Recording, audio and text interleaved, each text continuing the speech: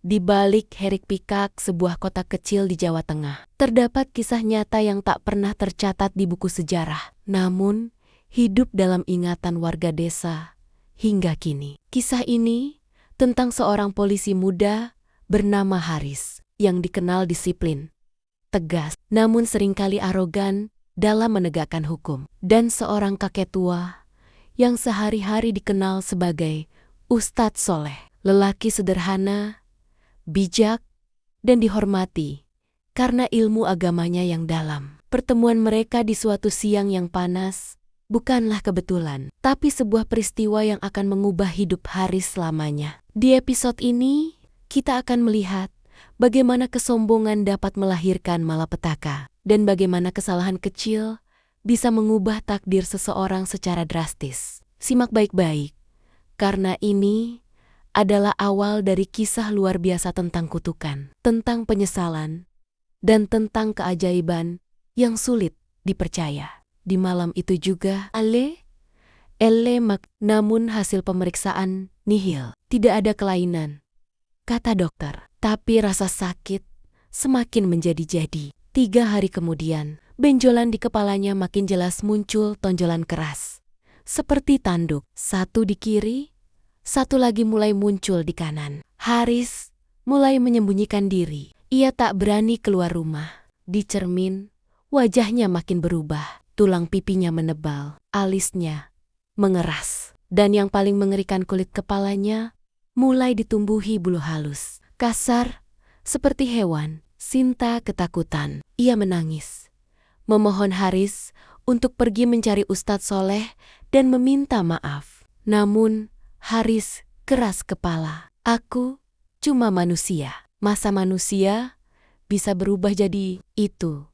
Teriaknya. Tapi malam demi malam, perubahan itu semakin nyata. Ia tak bisa lagi menyisir rambut. Kepalanya kini mulai menyerupai bentuk kepala banteng. Sinta akhirnya tak tahan. Ia pergi meninggalkan rumah, membawa anak mereka yang baru berusia 3 tahun. Haris kini sendirian. Kepala yang dulu tegap dan penuh percaya diri, kini berubah menjadi simbol dari kesombongan dan dosa. Warga mulai berbisik-bisik. Beberapa mengatakan bahwa Haris telah terkena azab. Yang lain mengatakan bahwa itu bukan kutukan, tapi keajaiban yang tak bisa dijelaskan. Namun satu hal pasti, hidup Haris berubah total. Dan ia tahu semuanya bermula dari satu siang panas di pasar itu. Satu tindakan sembrono yang tampak sepele, namun ternyata menyakiti seseorang yang sangat dijaga Tuhan. Di malam itu juga, namun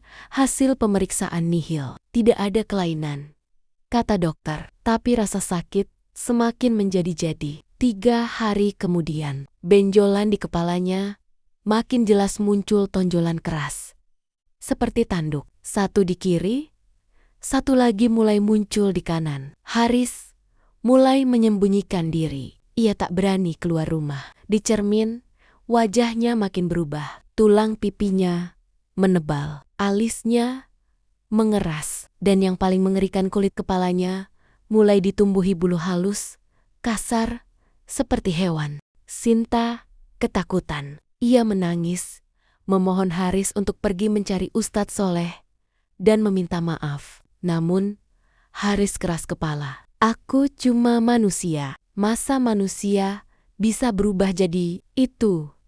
Teriaknya. Tapi malam demi malam, perubahan itu semakin nyata. Ia tak bisa lagi menyisir rambut. Kepalanya kini mulai menyerupai bentuk kepala banteng. Sinta akhirnya tak tahan. Ia pergi meninggalkan rumah, membawa anak mereka yang baru berusia 3 tahun. Haris kini sendirian. Kepala yang dulu tegap dan penuh percaya diri, kini berubah menjadi simbol dari kesombongan dan dosa. Warga mulai berbisik-bisik. Beberapa mengatakan bahwa Haris telah terkena azab. Yang lain mengatakan bahwa itu bukan kutukan, tapi keajaiban yang tak bisa dijelaskan. Namun satu hal pasti, hidup Haris berubah total. Dan ia tahu semuanya bermula dari satu siang panas di pasar itu. Satu tindakan sembrono yang tampak sepele, namun ternyata menyakiti seseorang yang sangat dijaga Tuhan. Malam itu, Haris berdiri di depan cermin. Air matanya jatuh perlahan. Ia sudah tak mengenali wajahnya sendiri. Dan dalam diam, ia bergumam, "Apa? Aku memang dikutuk." Namun tiba-tiba, terdengar suara ketukan di pintu. 3 kali. 3 kali. Pelan, tapi tegas. Saat Haris membuka pintu, tak ada siapapun kecuali sebuah tasbih usang yang diletakkan di tanah. Tasbih itu milik kakek Soleh. Dan Haris tahu ini belum selesai. Sama sekali belum. Pagi itu, Haris duduk termenung di kamar yang gelap. Tirai tertutup rapat dan cermin-cermin ditutupi kain. Ia tak sanggup lagi menatap bayangannya sendiri. Kepalanya kini bener-bener menyerupai kepala banteng. Berbulu, bertanduk, dan keras seperti tulang hewan. Namun tubuhnya masih manusia. Ia tak lagi makan, dengan normal selera makannya hilang. Dan tiap malam hanya bisa minum air putih. Terkadang ia menggeram dalam tidur, seperti suara binatang yang tak ia kenali berasal dari mana. Suara ketukan pintu semalam masih terngiang-ngiang. Tasbih usang yang ditinggalkan itu kini disimpannya di dalam laci. Ia tahu itu bukan sekadar benda, itu pesan. Dan mungkin satu-satunya jalan keluar adalah meminta maaf. Namun Haris merasa malu, tak tahu harus memulai dari mana. Ia mendatangi kantor polisi, tempatnya dulu bekerja. Begitu masuk ke halaman kantor, beberapa petugas menatapnya dengan ketakutan. Wajah-wajah yang dulu segan padanya kini menjauh.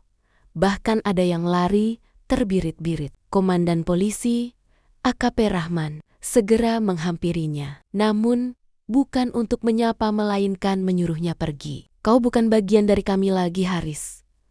Kau menyeramkan," katanya sambil melangkah mundur. Haris ingin menjelaskan. Namun suara yang keluar dari mulutnya parau, berat, seperti hewan yang hendak mengaum. Ia terdiam, lalu berbalik dan pergi, ditinggal rasa hancur di dadanya. Namun tubuhnya masih manusia. Ia tak lagi makan, dengan normal selera makannya hilang. Dan tiap malam hanya bisa minum air putih.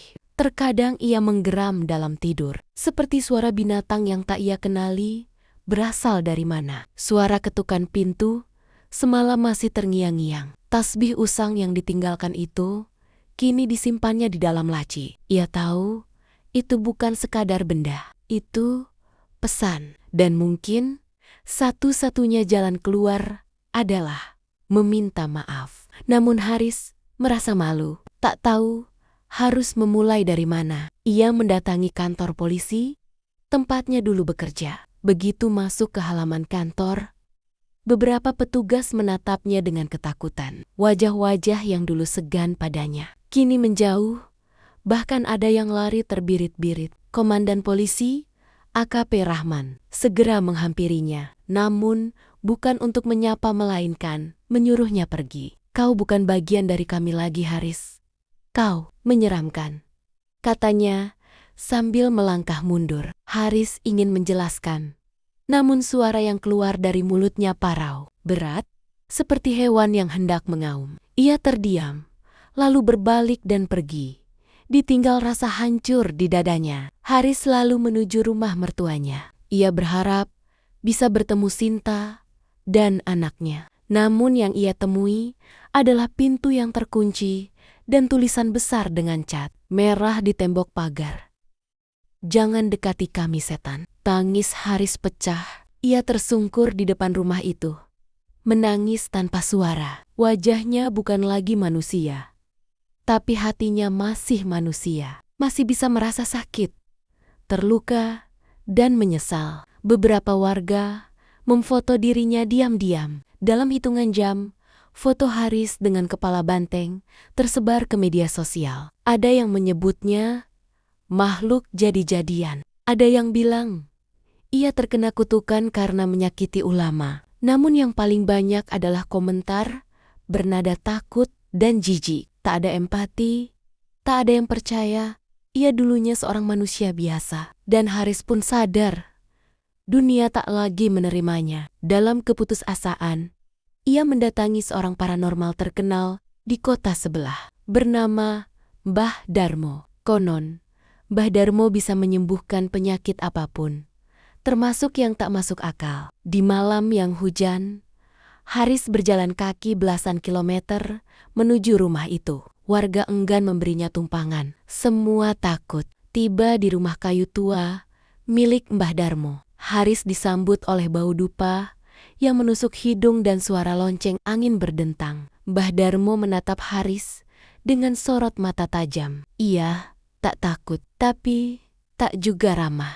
Ia hanya mengangguk dan mempersilahkan Haris masuk. Setelah diam beberapa saat, Mbah Darmo berkata lirih, "Kamu bukan orang gila, tapi kamu juga bukan manusia sepenuhnya." Haris terdiam. Ini bukan ilmu hitam. Ini bukan sihir. Ini lebih dalam dari itu. Lanjutnya, menurut Mbah Darmo, Haris terkena sesuatu yang disebut sebagai balasan tertunda dari doa orang yang terzalimi. Doa orang yang teraniaya, apalagi yang hatinya bersih seperti air, bisa menembus langit. Dan jika Tuhan mengizinkan, maka balasannya datang tak lewat manusia. Jelasnya, Haris menunduk, menangis, ia memohon bantuan. Namun, Mbah Darmo hanya memberi satu saran. Temuilah orang itu, jangan untuk minta sembuh, tapi untuk minta maaf. Biar Tuhan yang tentukan selebihnya, dengan sisa tenaga dan harga diri yang terkikis. Haris pun berangkat ke desa, tempat kakek soleh tinggal. Namun, warga sudah tahu. Mereka berdiri di depan gang, membawa bambu, parang, bahkan obor. "Pergi, kami tak butuh makhluk sepertimu di sini," teriak salah satu warga. Haris hanya berdiri di ujung gang, tak berani maju. Dari kejauhan, ia melihat sosok kakek soleh berjalan keluar dari surau kecil. Tubuhnya bungkuk, tapi langkahnya mantap. Warga memberinya jalan. Dan di depan semua orang, kakek soleh hanya berkata, "Biarkan dia masuk." Namun, Haris tak bergerak. Lidahnya keluh, matanya basah. Ia berlutut. Kepalanya yang kini menyerupai kepala banteng, ia tundukkan dalam-dalam. Ia menangis tanpa suara. Semua yang menontonnya terdiam. Karena di saat itulah, dari kepala Haris keluar uap panas dan tanduknya mulai retak. Kakek soleh melangkah pelan, lalu menaruh tangan di atas kepala Haris. Bukan untuk menyembuhkan, bukan untuk membalas, tapi untuk mendoakan. Dan Haris hanya bisa menangis. Karena ia tahu, mungkin Tuhan masih membuka satu pintu terakhir. Namun, pintu itu sempit dan ia harus masuk dengan sepenuh hati. Bukan hanya ingin sembuh tapi ingin berubah. Malam itu, Haris tidur di surau. Ia bermimpi. Dalam mimpinya, ia berada di tengah padang rumput luas. Ia berlari, bukan dengan kaki manusia, tapi kaki empat. Lalu tiba-tiba, di tengah padang itu muncul sosok putih yang memanggil namanya. Saat Haris mendekat, sosok itu berkata, "Tak semua yang berubah bisa kembali, tapi semua yang menyesal bisa dimaafkan." Haris terbangun dengan keringat dingin, dan saat ia menyentuh kepalanya, tanduk kirinya sudah tidak ada. Haris akhirnya sampai di titik terendah dalam hidupnya. Ia sudah tidak lagi dihakimi oleh pengadilan manusia, melainkan oleh perasaan bersalahnya sendiri. Tanduk kirinya hilang, namun tanduk kanan masih tertancap di kepalanya, seolah jadi simbol bahwa kutukan belum benar-benar lepas. Episode ini adalah tentang pencarian makna dari penyesalan sejati. Apakah cukup dengan permintaan maaf, ataukah perubahan hati itu harus dibuktikan lewat pengorbanan? Dan di tengah upaya Haris menebus dosanya, datanglah ujian yang jauh lebih berat dari bentuk kutukan itu sendiri. Karena terkadang pengampunan harus dibayar dengan kehilangan yang paling tak terduga. Inilah momen saat manusia diuji antara ketulusan dan ujian yang datang tanpa peringatan. Narasi utama, episode pagi setelah mimpi aneh itu, Haris duduk di serambi surau bersama kakek Soleh. Udara dingin, namun matahari bersinar cerah. Kakek Soleh menyeduh teh dan menyodorkannya kepada Haris. Minumlah, minumlah, sudah terlalu lama kau kering.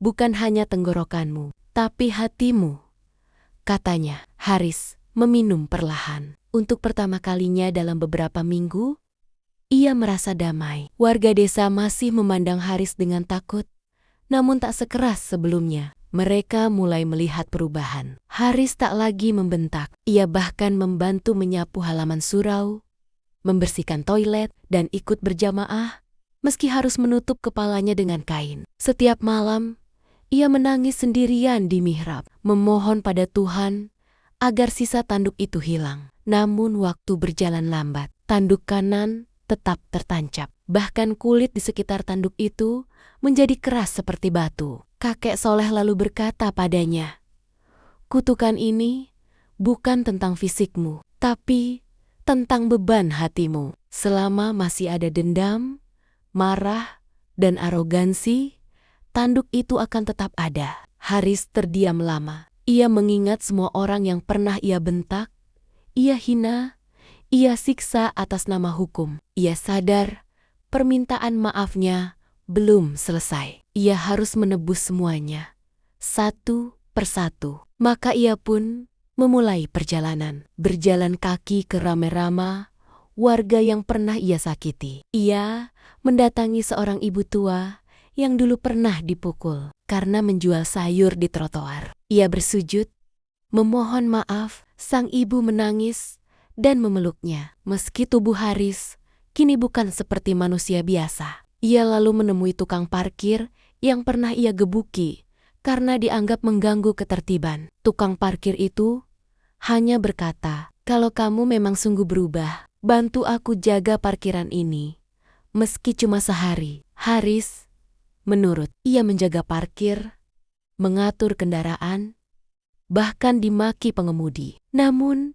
ia terima semua itu. Semakin banyak ia meminta maaf, semakin ringan tubuhnya. Ia merasa dadanya mulai hangat, tapi tanduk kanan itu tetap belum luruh. Suatu malam, ia berdoa lama